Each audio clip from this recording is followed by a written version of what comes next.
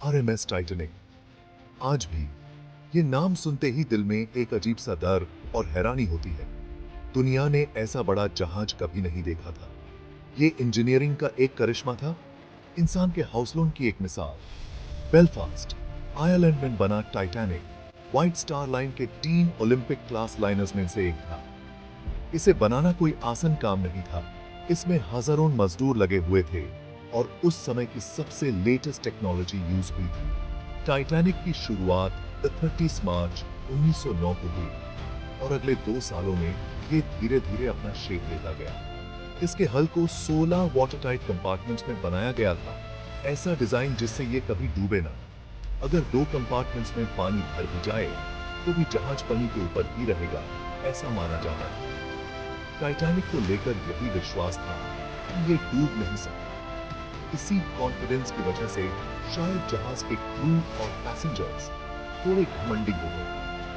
31 मई 1900 gallon के Titanic को river लगान में लॉन्च किया गया। ये एक बहुत बड़ा इवेंट था जिसे देखने हजारों लोग इकट्ठा हुए थे। इतने बड़े शिप को पानी में उतरते देखना ह्यूमन दिमाग और तरक्की का प्रतीक था। लॉन्च होने के बाद टाइटैनिक को तैयार होने में कई महीने लगे। इसमें लग्जरियस इंटीरियर्स, पावरफुल इंजन्स और आखिरी कोट ऑफ पेंट लगाई गई। फाइनली अप्रैल 1912 में टाइटैनिक अपने पहले सफर के लिए तैयार था।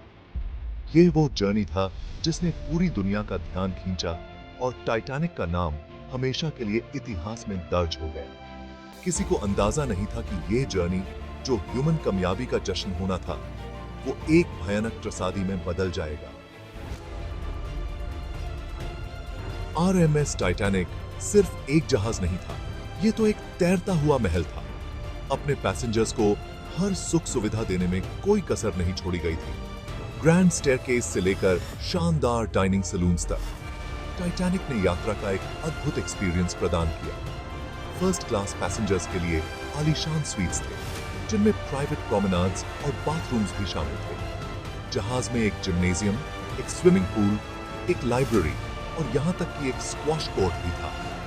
पैसेंजर्स वायरलेस टेलीग्राम्स भेज सकते थे, लाइव म्यूजिक सुन सकते थे और दुनिया के मशहूर शेफ्स द्वारा बनाए गए स्वादिष्ट भोजन का आनंद ले सकते थे। टाइटैनिक का इंटीरियर कई हिस्टोरिकल स्टाइल्स का मिश्रण था, जैसे कि फ्रेंच एम्पायर और इटालियन रेनेसांस, जो एक शानदार और सोफिस्टिकेटेड माहौल बनाता था। सेकंड क्लास में यात्रा करने वालों के लिए भी रहने की व्यवस्था काफी आरामदायक थी, जो उस समय के दूसरे लाइनर्स के मुकाबले कहीं बेहतर थी। पैसेंजर्स के पास एक बड़े डाइनिंग सैलून, एक लाइब्रेरी और एक स्मोकिंग रूम की सुविधा थी। हालांकि फर्स्ट क्लास के मुकाबले स्टेट रूम्स छोटे थे, लेकिन वो अच्छी तरह से सजाए गए थे और आरामदायक थे। यहाँ तक कि थर्ड क्लास पैसेंजर्स, जो कि थोड़े कम बजट में यात्रा कर रहे थे, उन्हें भी उम्मीद से कहीं ज्यादा सुविधाएं और आराम मिला। टाइटैनिक में साफ सुथरे और बड़े डॉर्मेटरीज, भोजन के लिए एक डाइनिंग हॉल और बातचीत करने के लिए कॉमन एरियाज थे। यह जहाज सभी क्लासेस के लोगों को ध्यान में रखकर बनाया गया था, ताकि हर पैसेंजर को एक यादगार और अनोखा एक्सपीरियंस मिल सके। 10 अप्रैल 1912 को आरएमएस टाइटैनिक अपने पहले सफर पर निकला, साउथहैम्पटन, इंग्लैंड से न्यूयॉर्क सिटी के लिए। जैसे ही पैसेंजर्स ने जहाज में प्रवेश किया, वातावरण उत्साह से भर गया। सभी इस शानदार जहाज की खूबसूरती और सुविधाओं का एक्सपीरियंस करने के लिए उत्सुक थे। उनमें से कुछ उस समय के सबसे अमीर और प्रसिद्ध लोग थे, जिनमें John Jacob Astor four, Benjamin Guggenheim और मॉली ब्राउन शामिल थे। हाय, मैं अपने आप को रोक नहीं पा रही हूँ। ये जहाज बहुत ही शानदार है। बिल्कुल मॉली, ये आधुनिक इंजीनियरिंग का एक चमत्कार है ना? टाइटैनिक का प्रस्थान अपने आप में एक दृश्य था, जिसे देखने के लिए भीड़ जमा थी। जैसे ही जहाज धीरे धीरे डॉक से दूर हुआ, वातावरण में एक अलग ही उत्साह और रोमांच था। पैसेंजर्स और क्रू के लिए यह सिर्फ एक ट्रांस अटलांटिक यात्रा नहीं थी, यह समुद्री यात्रा के एक नए युग की शुरुआत थी।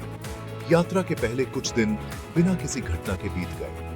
पैसेंजर्स ने अपने आप को जहाज की सुविधाओं और समुद्र में जीवन की नई दुनिया में ढाल लिया। मौसम सुहावना था, समुद्र शांत था और टाइटैनिक आसानी से अटलांटिक महासागर पर चल रहा था। यहाँ बॉल्स का आयोजन किया जाता था, कॉन्सर्ट्स होते थे और मिलने जुलने और आराम करने के अनगिनत मौके थे। जैसे जैसे दिन बीतते गए, पैसेंजर्स और क्रू के बीच एक अलग ही दोस्ताना माहौल बन गया। अपने विशाल आकार के बावजूद टाइटैनिक एक छोटे से समुदाय की तरह महसूस होने लगा था, जो इस असाधारण यात्रा के एक्सपीरियंस से एकजुट था। हालांकि जहाज पर सवार किसी को भी नहीं पता था कि किस्मत ने इस एडिक जहाज और इसके पैसेंजर्स के लिए कुछ और ही तय कर रखा है। 14 अप्रैल 1912 की शाम को टाइटैनिक उत्तरी अटलांटिक के उस हिस्से में पहुंच गया जो अपने हिमखंडों के लिए जाना जाता था। हवा ठंडी हो गई थी और जैसे जैसे अंधेरा छाया, जहाज पर एक अजीब सी बेचैनी छाने लगी। अन्य जहाजों से क्षेत्र में बर्फ होने की चेतावनी देने वाले कई वायरलेस संदेश मिलने के बावजूद टाइटैनिक अपनी गति और दिशा बनाए रखा। क्रोज नेस्ट में लुकआउट्स फ्रेडरिक फ्लीट और रेजिनाल्ड ली किसी भी खतरे के संकेत के लिए क्षितिज को देख रहे थे। उनका काम और भी मुश्किल हो गया क्योंकि उनके पास दूरबीन नहीं थी, जो साउथहैम्पटन में ही रह गई थी।